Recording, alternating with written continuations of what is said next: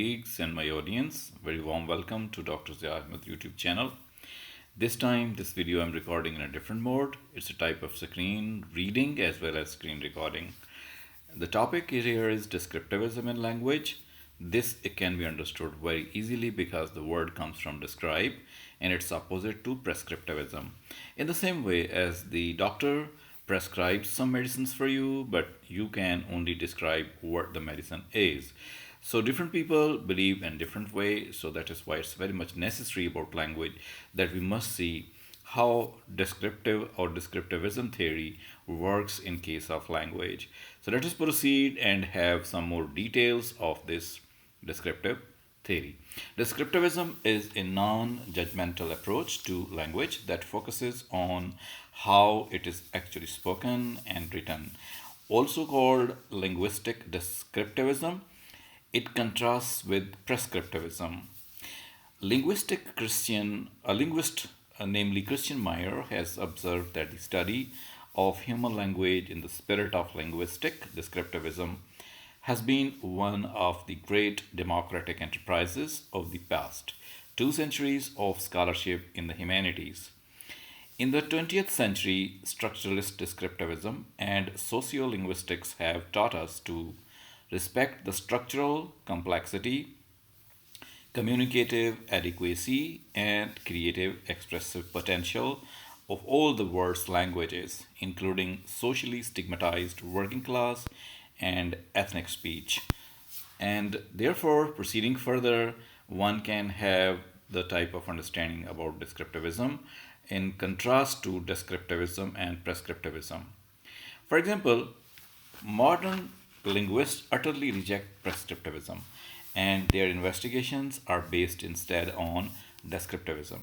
In a descriptivist approach, we try to describe the facts of linguistic behavior exactly as we find them, and we refrain from making value judgments about the speech of native speakers. Descriptivism is a central tenet of what we regard as a scientific approach to the study of language. The very first requirement in any scientific investigation is to get the facts right. Now, this is the type of realism of descriptivism. It's not realism, it's realm. It's a realm of descriptivism that some people would say that things are right and some would say that things are not right. For example, let us see what is happening here.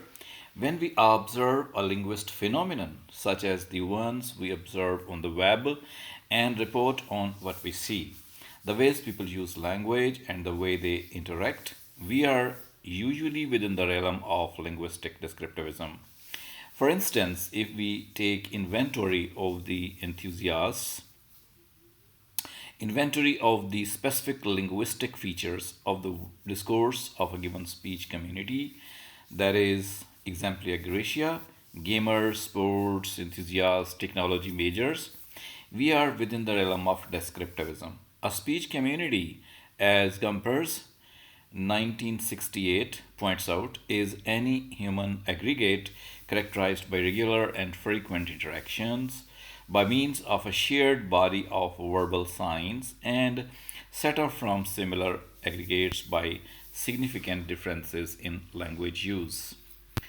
Descriptivism involves observing and analyzing without passing too much judgment the habits and practices within speech communities, focusing on language users and uses without attempting to get them to modify their language according to standards external to the language itself. Descriptivism linguists claim to understand the ways people use language in the world, given all of the forces that influence such use. Prescriptivism lies at the other end of this continuum and is usually associated with stipulating rules and norms for language use. In the same way, if we have a look at this one, it talks about on speaking with authority about language. Who can become an authority to talk about the superiority, usefulness, authenticity of descriptivism or that prescriptivism? Who holds this type of authority?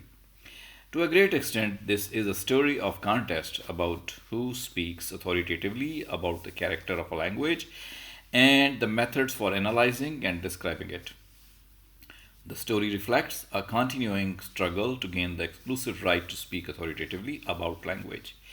The details reveal that prescriptivism remains entrenched in ostensibly descriptive as well as admittedly prescriptive approaches. For one thing, despite a professed commitment to descriptivism, professional linguists sometimes espouse prescriptivist positions, though not often about particular items of style or grammar. So here, the authority kind of thing ends, and again, we can go back to find some more kind of understanding from the descriptivism versus prescriptivism. Look at the picture, it is having some spells with that is GIF GIF and GIF GIF. So one party is saying that it is GIF, other party is saying that it is GIF. So that kind of debate would continue regarding the two theories, that is descriptivism and prescriptivism. What is better according to this ideology?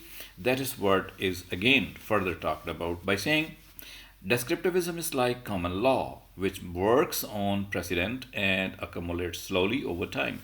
Prescriptivism is an authoritarian version of code law, which says precedent be damned. If the rule book says this is the law, that is law. At more rarefied levels, prescriptivism has become a four-letter word, with scholars arguing that it is neither desirable nor feasible to attempt to intervene in the natural life of language. A deliberate renunciation of prescriptivism is more like atheism than agnosticism. A conscious non belief is itself a belief, and a refusal to intervene is essentially prescriptivism in reverse.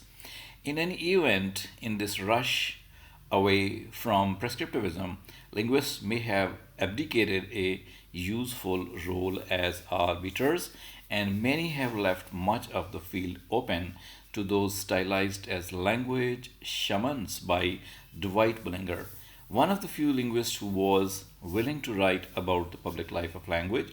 Bullinger rightly criticized the obvious crank elements, but he also understood the desire, however ill informed, for authoritative standards.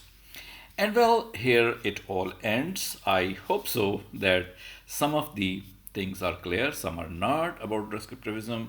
More reading and more understanding is needed, and hopefully, you would go for the like button as well as the subscribe button after listening this whole video. So thank you for watching. Hope to see you in some next video.